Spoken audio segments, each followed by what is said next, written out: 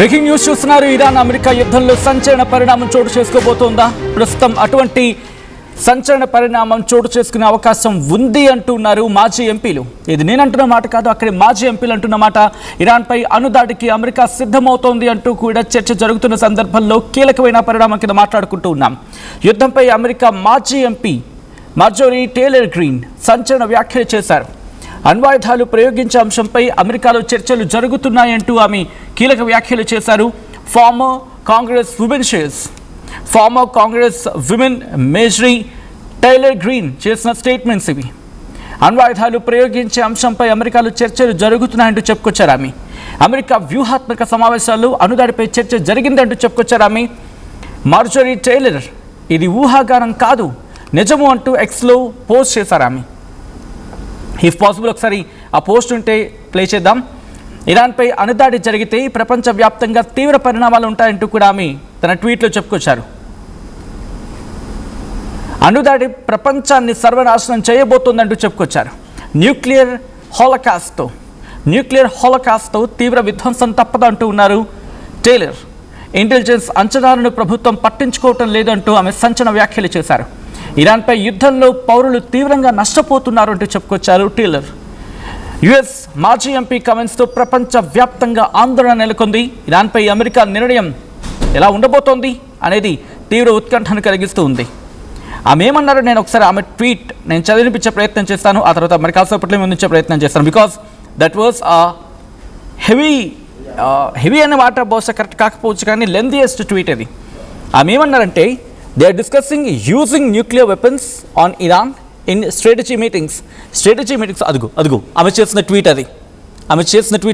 They are discussing using nuclear weapons on Iran in strategy meetings.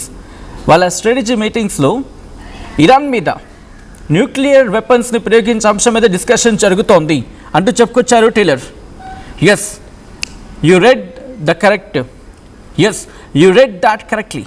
It is real. It's real. I'm not speculating. I know. And it's pure evil. ఆమె ఏమంటున్నారో ఆ మూడు పదాలు ముందుకు చెప్తాను. వాళ్ళు nuclear వెపన్ని ప్రయోగించే అంశం మీద వాళ్ళ స్ట్రాటజీ మీటింగ్స్లో చర్చ జరుగుతోంది. ఇరాన్పై న్యూక్లియర్ వెపన్స్ని ప్రయోగించే అంశం మీద వాళ్ళ చర్చల్లో మాత్రం వాళ్ళ స్ట్రాటజీ చర్చల్లో ఉంది అంటూ కూడా చెప్పుకొచ్చారు ఆమె. మీరు వింటోంది నిజం, ఇన్ఫ్యాక్ట్ మీరు చదువుతోంది నిజం. ఇది నిజం. నేనేమీ స్పెక్యులేట్ చేయటం లేదు, నాకు తెలుసు. నేను ఇదే స్పెక్యులేట్ చేయట్లేదు. అండ్ ఇది పూర్తిగా ఒక ప్యూర్ ఎవల్, అంటే ఒక రాక్షస పర్వం, రాక్షస చర్య అంటూ చెప్పుకొస్తున్నారు ఆమె. ఒకసారి దాంతోపాటు ఇంకొంచెం డేటా ఆమె ఇస్తూ ఉన్నారు, దాని గురించి నేను మాట్లాడే ప్రయత్నం చేస్తా. అదిగోండి ఆమె చేసిన ట్వీట్ అది. బట్ ఇదే అంశానికి సంబంధించి ట్రంప్ గతంలో ఒక ఇంట్రెస్టింగ్ కామెంట్ చేశాడు ఇరాన్ విషయంలో.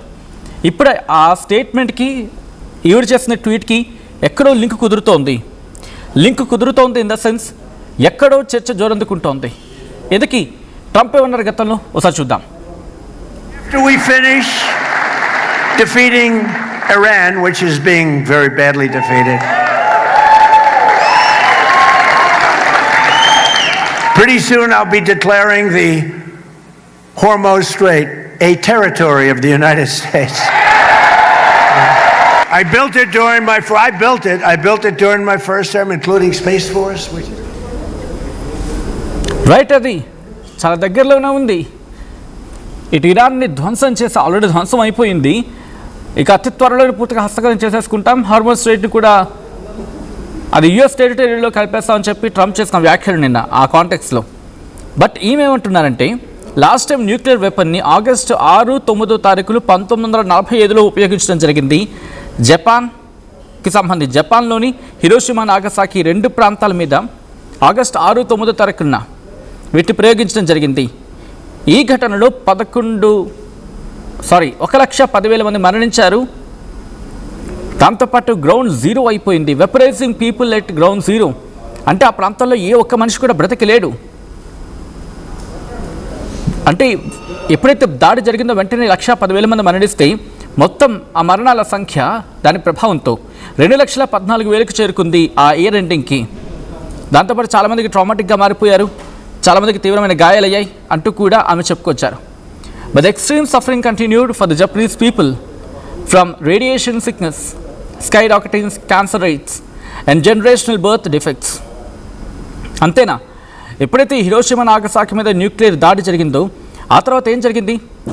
జపాన్లో రేడియేషన్ సిక్నెస్ పెరిగింది, క్యాన్సర్ రేట్లేమో ఆకాశాన్ని తాకాయి, జననాల సంఖ్య దాంట్లో అంటే జననాల సంఖ్యలో చాలా మార్పులు కనిపించాయి. దాంతోపాటు మీరు చూడొచ్చు జనరేషన్ బర్త్ డిఫెక్ట్స్ అంటే పుట్టుకతోనే వచ్చే ఆరోగ్య సమస్యలు ఎక్కువయ్యాయి. Not to mention wiping out all means of their economy and the suffering was so great that all of humanity ఓవ్డ్ never again. Trump and his admin were told by our own intelligence that Iran was nowhere near creating a nuclear weapon. Then Israel said the same line. It's repeated for decades. Iran is only weeks away. ఇక్కడ మీరు చూడొచ్చు Trump అలాగే Trump administration వాళ్ళకి own ఇంటెలిజెన్సే చెప్పుకొచ్చింది. ఏమని? Iran దగ్గర ఇప్పటికిప్పుడు nuclear వెపన్స్ని తయారు చేసేంత సత్తా లేదు, దరిదాపులు కూడా వాళ్ళు లేరు. ఇజ్రాయెల్ కూడా ఇదే అంది. ఇది దశాబ్దాలకే చెప్తున్న సందర్భం. ఇరాన్ క్షీణిస్తూ ఉంది, ఇది కదా వాస్తవం అని చెప్పి కోట్ చేస్తూ ఉన్నారు. Iran is only weeks away, వారం రోజులే అంటూ కూడా చెప్పుకుంటూ వస్తున్నారు కదా. క్షీణిస్తోంది, Iran is only weeks away అంటూ ఉన్నారని చెప్పి ఇందాక ట్రంప్ అంటూ ఉన్నారు కదా. So we bombed anyways, killed their leaders and innocent little children in a school, and Iran has controlled the Strait of Hormuz ever since and punished the region for their part in it. మన బాంబులు వేయడం ప్రారంభించిన దగ్గర నుంచి వాళ్ళ లీడర్స్ని చంపేశాం. అమాయకులైన పసిప్రాణాల మీద అంటే పసిప్రాణాలు ఉంటున్న స్కూల్ మీద మనం బాంబులు వేసాం.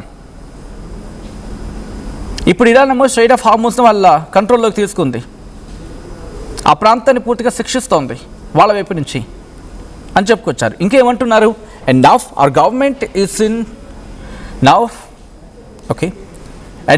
Government is only actually discussing lowering the nuclear threshold in order to use nuclear weapons against Iran, even though Trump claims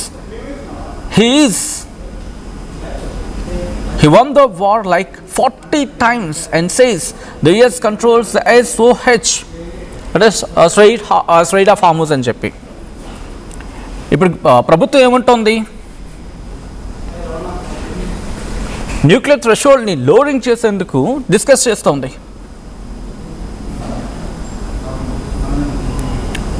ఏమంటున్నారు ఈవిడ? And now our government is the one actually discussing lowering the nuclear threshold in order to use nuclear weapons against Iran, even the Trump claims. అంటే యుద్ధం గెలిచామంటే చెప్తున్నప్పటికీ కూడా జరుగుతున్న పరిణామాలు ఏంటి? అక్కడ straight of Hormuz కంట్రోల్లో ఇరాన్ కంట్రోల్ ఉన్నప్పటికీ కూడా జరుగుతున్న పరిణామాలు ఏంటి? ఆ ఇష్యూని కొలికి తీసుకురావాల్సింది పోయి ఇరాన్ మీద న్యూక్లియర్ వెపన్సా, ఇది ఎంతవరకు సమంజసం అని చెప్పి ప్రశ్నించడం జరుగుతోంది. ఇలా చాలా ప్రశ్నిస్తున్నారు ఆమె.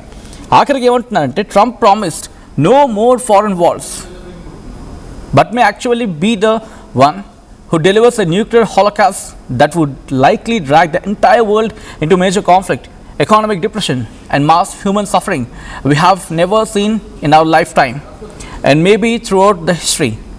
ఏమంటున్నారు? ట్రంప్ ఏం వాగ్దానం చేశారు కదా, ఇకపై ప్రపంచ దేశాలు యుద్ధాలు ఉండవని చెప్పి. కానీ ఏమంటున్నారు ఇక్కడ చూడండి, interesting point. But may actually be the one who delivers a nuclear holocaust సృష్టించే పరిస్థితుల్లో అక్కడికి లాగేందుకు, ప్రపంచాన్ని అందులోకి లాగేందుకు ఒక మేజర్ కాన్ఫ్లిక్ట్ కారణం అవుతున్న వారిలో ఒకడు అవుతూ ఉన్నాడు. తద్వారా ఏమవుతుంది? ఎకనామిక్ డిప్రెషన్ వస్తుంది, మాస్ హ్యూమన్స్ సఫర్ అవ్వాల్సి వస్తుంది. అంటే పెద్ద సంఖ్యలో ప్రజలు ఇబ్బందులు ఎదుర్కోవాల్సి ఉంటుంది. మన జీవితకాలంలో గతంలో ఎప్పుడు చూడండి, భవిష్యత్తులో అంత వేగంగా చూస్తామా అని చెప్పి ఎక్కడ కనిపించినది అంతటి దారుణమైన పరిస్థితులు ప్రపంచం చవి చూడాల్సి వస్తుందని చెప్పి, చరిత్రలో గుర్తుండిపోయే పరిస్థితులుగా నిలిచిపోతాయని చెప్పి ఆమె ఆందోళన వ్యక్తం చేస్తున్నారు. People need to speak out and boldly stop this insanity. ప్రజలు మాట్లాడాలి, ఈ దారుణమైన ఘటనకు సంబంధించి ఖండించాలి అంటూ కూడా మాట్లాడుకొస్తున్నారు. సో చూడొచ్చు, లాస్ట్లో ఏమంటున్నారు? Do not use nuclear weapons and stop this war now. ఇది అక్కడ పరిస్థితి. మీరు న్యూక్లియర్ వెపన్స్ వాడడం కాదు, ముందు యుద్ధాన్ని వెంటనే ఆపండి అని చెప్పి వాళ్ళ మాజీ ఎంపీలే మాట్లాడుతూ ఉన్నారు, మాజీ ఎంపీలే చెప్తూ ఉన్నారు. సో మీరేమనుకుంటున్నారు? అమెరికా ఇరాన్ మీద న్యూక్లియర్ దాడికి వెళ్తుందా? అండ్ రిమెంబర్, కొన్ని సందర్భాలు ఏమంటూ ఉంటారంటే కనుక టాక్టికల్ న్యూక్స్ అంటూ ఉంటారు, which means a small amount of nukes. So అలాంటి ప్రయత్నాలు ఏమైనా జరుగుతుందా? బికాస్ అది జరిగినా మళ్ళీ ఒక ఇబ్బందికర వాతావరణమే.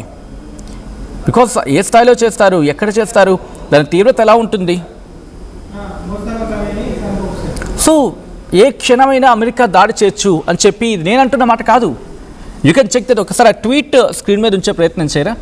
వాళ్ళ అమెరికా మాజీ ఎంపీ చెప్తూ ఉన్నారు, వాళ్ళ పార్లమెంట్లో చర్చలు జరుగుతున్నాయని చెప్పి, ఇన్ఫ్యాక్ట్ వాళ్ళ స్ట్రాటజిక్ డిస్కషన్స్లో ఈ మాట ఉందని చెప్పి. అంటే అమెరికా ఏ క్షణాన్నైనా, బహుశా అమెరికా సిద్ధంగా ఉన్నట్టుంది. ఇక ట్రంప్ కనుక కొడితే చాలు ఇటు ఇరాన్ మీద న్యూక్లియర్ దాడి చేసేందుకు. అది మీరు చూడొచ్చు, దే ఆర్ క్లియర్లీ స్టేటింగ్. ఇది ఫేక్ వార్త కాదు. అదొకసారి మీరు చూడొచ్చు. Former Congress women Marjorie Taylor Greene ఆమె చేసిన ట్వీట్ ఇది. ఫార్మర్ కాంగ్రెస్ ఉమెన్ అంటే అక్కడ పార్టీ కాదండి. కాంగ్రెస్ అంటే చట్టసభల మాట. మనం పార్లమెంట్ అంటూ ఉంటాం కదా, లోక్సభ, రాజ్యసభ, ఈ రెండింటికి మనం పార్లమెంట్ అంటూ ఉంటాం. అలాగే వాళ్ళకి అది కాంగ్రెస్ అని పిలుచుకుంటారు. కాంగ్రెస్ అంటే ఏం పార్టీ కాదు అక్కడ వాళ్ళకి. అక్కడ కాంగ్రెస్ అంటే చట్టసభలు. కాబట్టి వాళ్ళ చట్టసభల్లో మాట్లాడుకుంటున్నారని చెప్పి వాళ్ళు చెప్తున్నమాట. So House of Representative and Senate, ఆవిడ మాజీ ఎంపీ. మన భాషలో చెప్పాలంటే మనకు అర్థం అవ్వాలి కాబట్టి అటువంటి భాషను ఉపయోగించడం జరుగుతోంది. సో క్లియర్లీ స్టేటింగ్, వాళ్ళే స్టేట్ చేస్తున్నారు కదా, బాబు నువ్వు ఆగరా, నువ్వు ఆపకపోతే ప్రపంచం పెనుముప్పును ఎదుర్కోవాల్సి ఉంటుంది. ఏ క్షణాన వీడు దాడి చేస్తాడో తెలియదు. దాడి చేసేందుకు మాటలు జరుగుతూ ఉన్నాయి. బట్ ఎందుకు దాడి చేయలేకపోతున్నారు ఇంతవరకు అంటే కనుక ప్రపంచం మళ్ళీ, ఎందుకంటే పక్కనే ఉంది. వీళ్ళకి ఇంకా తెలియని విషయం ఏంటంటే, ఏమంటుంది అమెరికా, వాళ్ళ దగ్గర న్యూక్లియర్ వెపన్స్ లేవు, ఇప్పటిలోపు అంటే అతి తొందరగా వాళ్ళు న్యూక్లియర్ వెపన్ని తయారు చేసుకోరని చెప్పి. బట్ అమెరికా అంచనాలకు అందకుండా ఇప్పటికీ ఇరాన్ దాడి చేస్తుంది అనేది వాళ్ళ భయం. అంటే మన దగ్గర కూడా లెక్కకు తెలియకుండా కొన్ని సందర్భాల్లో కొండలు ఉంటాయి, ఆ కొండల్లో 600 అడుగుల లోతులో వాళ్ళ ఆయుధ సామాగ్రిని ఇరాన్ అలా ఏర్పాటు చేసుకుందనేది వినిపించమాట. మరి అటువంటి చోట ఉంటే కనుక దాంట్లో న్యూక్లియర్స్ ఉన్నాయో ప్రపంచానికి ఏం సమాధానం చెప్పాలో? ఒకవేళ దాడి చేసి తిరుగురుకుంటుందా? ఒకవేళ వాళ్ళ దగ్గర కనుక న్యూక్స్ ఉన్నాయనుకుందాం, తీసుకొచ్చి ఫట్మన్ ఇంకోటి వదలరు అనుకోండి, పక్కన ఎవరి మీద వదులుతారు? అమెరికా మీద అయితే వదలరు.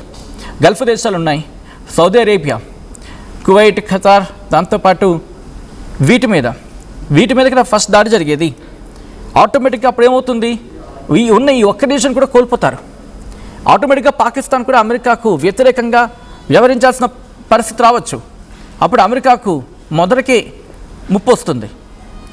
ఎందుకంటే కువైట్ నుంచి మొదలుపెట్టి ఇప్పుడు ఇరాన్ దాడి చేస్తుంది, అదే కదా అమెరికా ఊహించినది. ఇవన్నీ మిత్ర దేశాలు కదా, వీళ్ళ మీద ఏం దాడి చేస్తుందని చెప్పి, అందుకే ఇక్కడ స్ట్రాటజిక్గా వీళ్ళ మీద దాడి చేస్తూ ఉంది. Kuwait, Bahrain, Qatar, UAE, Oman, ఇక్కడ దాడి చేస్తుంది ఇరాన్. ఏముంటుంది అప్పుడు? మీరు వాళ్ళకి బేస్ ఇచ్చారు, అమెరికా బేస్ మీద మేము దాడి చేస్తాం, మేము మీ మీద అయితే దాడి చేయలేదు, మీరు అమెరికా బేస్లకు అక్కడ చోటు ఇచ్చారు కాబట్టి మేము ఆ బేసెస్ని టార్గెట్ చేస్తున్నాము, మీకు కాదు, మీరు ఆ బేసెస్ని తరలించని, మిమ్మల్ని టచ్ చేయమని చెప్పి వాళ్ళు చెప్తారు. అప్పుడు వీళ్ళు న్యూక్లియర్ కనుక ప్రయోగించారు, న్యూక్లియర్ వెపన్ కనుక అమెరికా ప్రయోగిస్తే చూస్తూ ఉట్టుకుంటుంది ఇరాన్. సో ఏషియాకి సంబంధించి ఇంపాక్ట్ చూపిస్తుంది. ఒకవేళ అదే జరిగితే ఉపయోగించిన రేంజ్ బట్టి దాని ఇంపాక్ట్ ఉంటుంది. అమెరికా మన నిర్ణయం తీసుకుంటుందా? అంతటి స్ట్రాంగ్ డెసిషన్ ట్రంప్ తీసుకుంటాడా? మీరేమనుకుంటూ ఉన్నారు? కమెంట్ చేసే ప్రయత్నం చేయండి. ఈ కథనం మిమ్మల్ని కాస్త కలవరపరచవచ్చు. దీనికి సంబంధించి తగిన జాగ్రత్తలు తీసుకోవాలని ఆర్టీవీ సూచించడం